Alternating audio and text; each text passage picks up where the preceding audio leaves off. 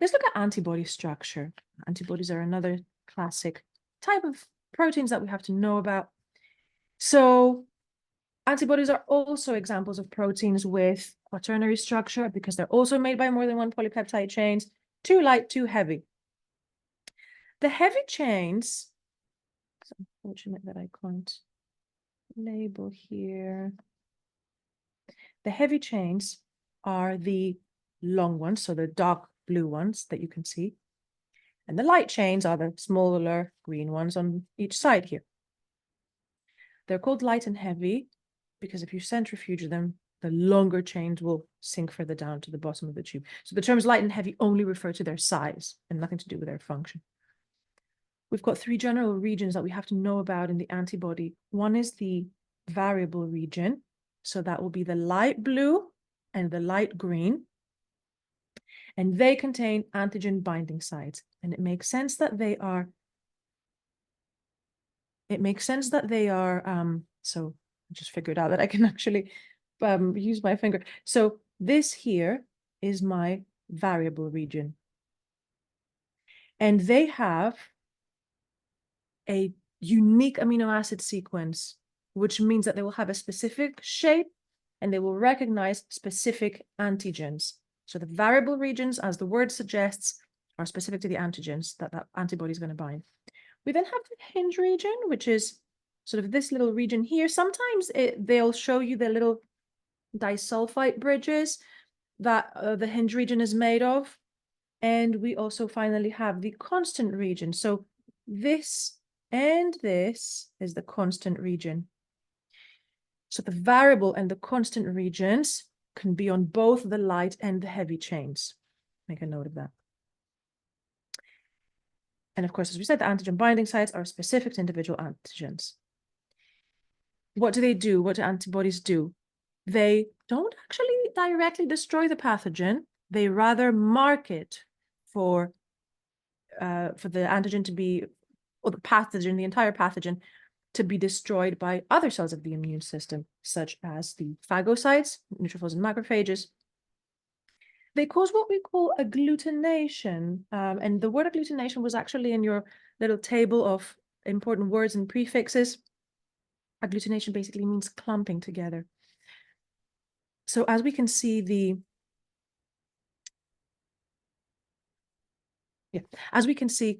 there are in the hinge region, so the hinge region down here, it allows each antibody to bind two different pathogens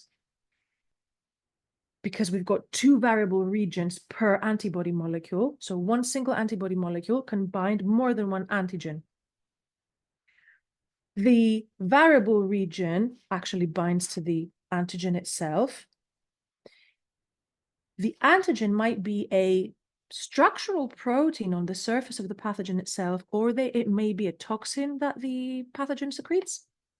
And the constant region actually is a binding site for the phagocyte. So as we said, the antibodies basically mark the pathogen for destruction as a marker for phagocytosis. So the phagocytes are actually going to bind here on the constant region of the antibody. Let's have a look at a typical question for antibodies. So compare antibodies with hemoglobin to discuss the relationship between structure and function in proteins. Now let's really break this down, the 6-marker down.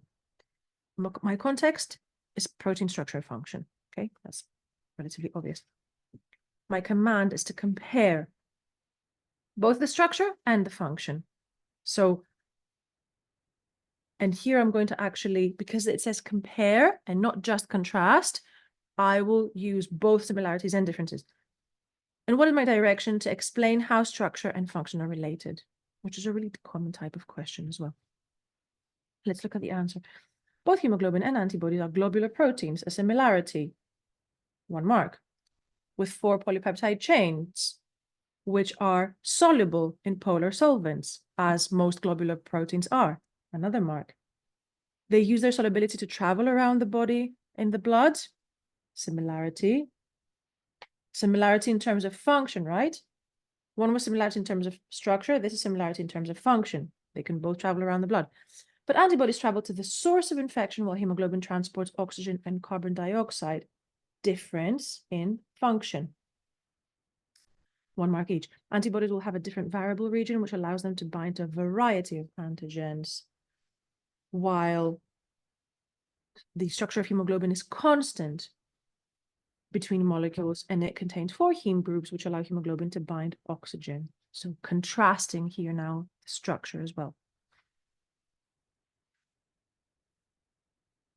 Let's have, sorry, a sec. Okay. Because this is a pretty typical question, comparing different types of proteins, particularly antibodies or hemoglobin, or in instances, hemoglobin against collagen, which is also fibrous. All of the points that you want to make are kind of summarized in that in this table. And I find this a super useful practice for preparing for potential extended response questions. So you're comparing the structure here. The primary structure is variable, whereas the primary structure is constant. I'm not going to go through this in a lot of detail. They're globular, soluble, but as a similarity, not a conjugated protein, whereas hemoglobin is a conjugated protein. A number of structural differences, and also a summary of the functional differences. Again, I'm not going to go through these in a lot of detail. They're basically what we covered in that question, but feel free to familiarize yourself a lot and pay note to the phrasing and the use of keywords in bold.